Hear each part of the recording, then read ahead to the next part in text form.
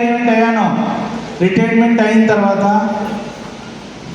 Just మీకు అందరికీ వెన్యూలో plan జరిగింది, ఆ తర్వాత ఇంటి దగ్గర వచ్చి ప్లాన్ చెప్తుంటారు. కానీ నాకు ఒకే ఫోన్తోనే ప్లాన్.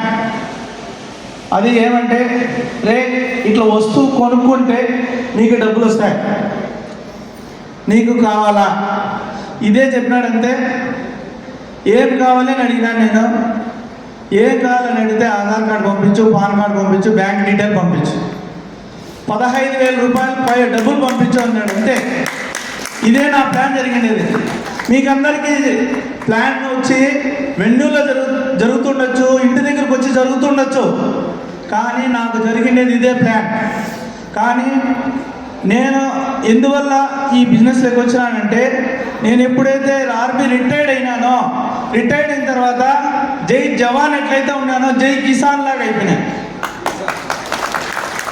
పొలం పనులు చేసుకుంటా, టమాటాలు పండించుకుంటా ఉండేవాడిని.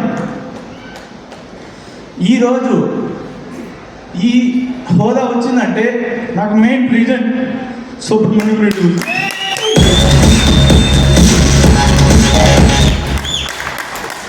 ఇది నేను గొప్ప గురించి చెప్పడం లేదు.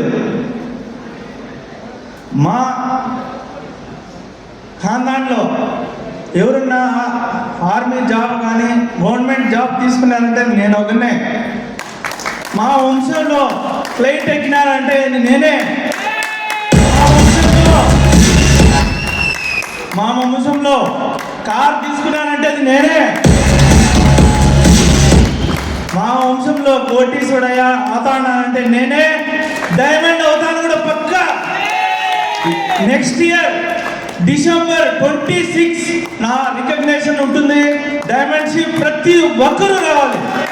ఇది నా కమిట్మెంట్ గురించి. థ్యాంక్ యూ మా గురించి. ఈ వేదిక మీద అవకాశం ఇచ్చినందుకు ధన్యవాదాలు మా గురించి. థ్యాంక్